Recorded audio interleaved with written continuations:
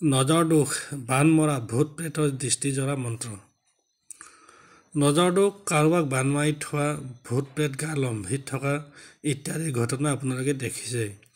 সেই সকলোবোৰ ঘটনাৰ বাবে কোনো কোনো ব্যক্তি জীয়াতু ভুগি থাকিব লগা হয়। নানান ধৰণৰ অসুখ বিসুখ বেমাৰ আজাৰ হয় আৰু অস্বাভাৱিক আচৰণ কৰে। তেনে সমস্যাৰ পৰা মুক্তি পাবলৈ মই এতিয়া ইয়াত দিয়া মন্ত্ৰটো আপোনালোকে নীতি নিয়ম মানি প্ৰয়োগ কৰিলে সেই সকলোবোৰ সমস্যাৰ পৰা মুক্তি পাব পাৰিব। মন্ত্ৰটো মায়ঙৰ মন্ত্ৰ হয় আৰু ই অতি প্ৰমাণিত মন্ত্ৰ।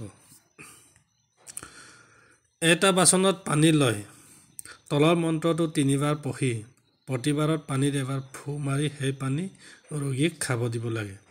তেতিয়া তেওঁ এনে দুখৰ পৰা ৰক্ষা পায়। মন্ত্ৰটো হ'ল কাতুৰি কাতুৰি পৰশুৰামীৰ কাতুৰি, ৰে ৰে কাতুৰি মোৰ বুল কৰিমো, যেখানে পাঠামো সেখানে জিমো, ওম ভূত কাটিমো, ওম প্ৰেত কাটিমো, ওম বামুৰা কাটিমো, ওম দাড়িমূৰা কাটিমো, ওম বানলিংগেৰ কাটিমো, ওম ব্যাধি অস্থি কাটিমো, ওম বহুদৃষ্টি কাটিমো, ওম পুৰা জ্বালা কাটিমো, ওম হুত মদ্ৰাছ কাটিমো, কাট কাট বলি সীতা শ্ৰীৰাম কোটি কোটি বান। আকৌ এবাৰ পঢ়ি শুনাই দিছোঁ আপোনালোকক। মন্ত্ৰটো হ'ল কাতুৰি কাতুৰি পৰশুৰামীৰ কাতুৰি, ৰে ৰে কাতুৰি মোৰ বুল কৰিমো, যেখানে পাঠামো সেখানে জিমো, ওম বুট কাটিমো, ওম প্ৰেত কাটিমো, ওম বামুৰা কাটিমো, ওম দাড়িমূৰা কাটিমো, ওম বানলিংগেৰ কাটিমো, ওম ব্যাধি অস্থি কাটিমো, ওম বহুদৃষ্টি কাটিমো, ওম পুৰা জ্বালা কাটিমো, ওম হুত মদ্ৰাছ কাটিমো, কাট কাট বলি সীতা শ্ৰীৰাম কোটি কোটি বান। মনত ৰাখিব, মন্ত্ৰ ব্যৱহাৰ কৰাৰ আগতে নীতি নিয়ম পালন কৰি মন্ত্ৰদাতা গুৰুৰ অনুমতি বা আজ্ঞা ল'ব। গুৰুৰ আজ্ঞা লৈ প্ৰয়োগ কৰিলে এই মন্ত্ৰই 100% কাম দিব, সেয়া নিশ্চিত।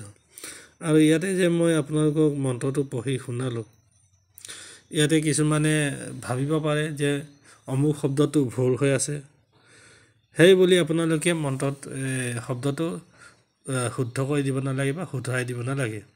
মন্ত্ৰই ইয়াত যেনেকৈ আছে, ভুলেই হওক শুদ্ধই হওক, ভুল বুলিয়ে ভাবক শুদ্ধ বুলিয়ে ভাবক শব্দটো, আপোনালোকে ঠিক তেনেধৰণেই আপোনালোকে শব্দবোৰ উচ্চাৰণ কৰিব লাগিব আৰু প্ৰয়োগ কৰিব লাগিব।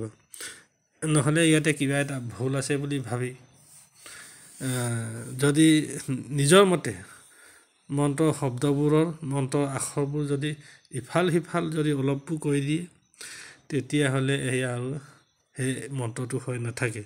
গতিকে ইয়াতে যেনেকৈ মই লিখি দিছোঁ, যেনে কাতুৰি কাতুৰি পৰশুৰামীৰ কাতুৰি, ৰে ৰে কাতুৰি মোৰ বুল কৰিমো, যেখানে পাঠামো সেখানে জিমো, ওম বুট কাটিমো, ওম প্ৰেত কাটিমো, ওম বামুৰা কাটিমো, ওম দাড়িমূৰা কাটিমো, ওম বানলিংগে কাটিমো, ওম ব্যাধি অস্থি কাটিমো, ওম বহুদৃষ্টি কাটিমো, ওম পুৰা জ্বালা কাটিমো, ওম হুত মদ্ৰাছ কাটিমো, কাট কাট বলি সীতা শ্ৰীৰাম কোটি কোটি বান। ইয়াত যেনেকৈ আছে, ইয়াৰ অলপো ইফাল সিফাল হ'ব নালাগে। যেনেকৈ আছে তেনেকৈ আপোনালোকে মন্ত্ৰটো পঢ়িব, পাঠ কৰিব বা জপ কৰিব।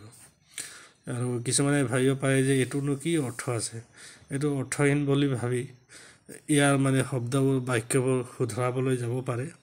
সেইটো ভুল কেতিয়াও নকৰিব। মন্ত্ৰই পূৰ্বৰ পৰা তাহানিৰ পৰা এনেকৈ চলি আহিছে মন্ত্ৰ, আৰু এনেকৈ উচ্চাৰণ কৰিলে, এনেকৈ পঢ়িলেহে, এনেকৈ জপ কৰিলেহে মন্ত্ৰত মন্ত্ৰ হৈ থাকিব আৰু মন্ত্ৰটোৱে কাম দিব। গতিকে আপোনালোকে যেন নিজৰ ইচ্ছামতে কোনো শব্দ কোনো বাক্য আপোনালোকে সলনি নকৰে। ধন্যবাদ।